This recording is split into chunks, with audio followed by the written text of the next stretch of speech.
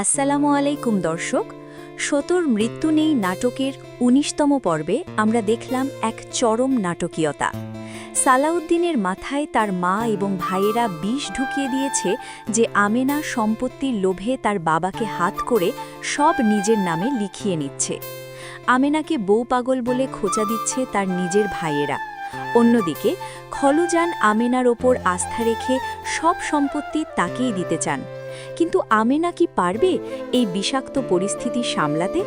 চলুন জেনে নিই আগামী পর্বে কি ঘটতে যাচ্ছে। ২০তম পর্বের শুরুতে আমরা দেখব সালাউদ্দিন এবং আমিনার সেই বহু প্রতীক্ষিত বোঝাপড়া। সালাউদ্দিন তার ভাইদের কথায় প্ররোচিত হয়ে আমেনার সাথে বেশ কঠোর আচরণ করবে। সে আমেনাকে সরাসরি অভিযুক্ত করবে যে সে কেন বাবার সম্পত্তি নিজের নামে নিতে চাইছে। আমেনা তাকে বোঝানোর চেষ্টা করবে যে সে সম্পত্তি চায় না, সে শুধুই পরিবারের শান্তি চায়। কিন্তু নাটকের মোড় ঘুরবে যখন সালাউদ্দিনের মেজ ভাই এবং ছোট ভাই গোপনে অন্য কোনো ষড়যন্ত্র শুরু করবে। তারা হয়তো আমেনাকে বাড়ি থেকে বের করে দেওয়ার বা বাবার সই করা কাগজগুলো সরিয়ে ফেলার চেষ্টা করবে। মা এবং ছেলেদের এই লোভ কি শেষ পর্যন্ত পরিবারটিকে ধ্বংসের মুখে ঠেলে দেবে? আগামী পর্বে খলুজানের চরিত্রটি সবচেয়ে শক্তিশালী হবে। তিনি তার ছেলেদের লোভ এবং সালাউদ্দিনের বোকামি খুব ভালো করেই বুঝতে পারছেন। তিনি হয়তো আমেনাকে ডেকে বলবেন যে এই সম্পত্তি আসলে আমেনার জন্য নয়, বরং সালাউদ্দিনের ভবিষ্যতের নিরাপত্তার জন্যই তিনি তার হাতে দিচ্ছেন।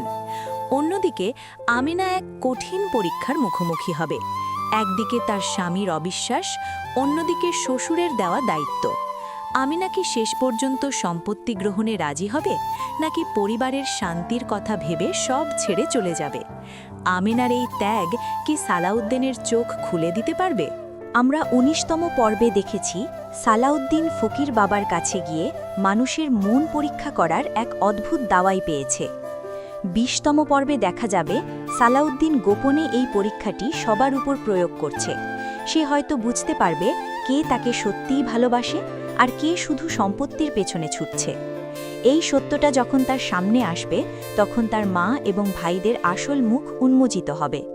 মিস করবেন না এই টানটান উত্তেজনার পর্বটি। ভিডিওটি ভালো লাগলে লাইক দিন এবং কমেন্টে জানান আপনি কার পক্ষে, আমেনা নাকি সালাউদ্দিন। ধন্যবাদ।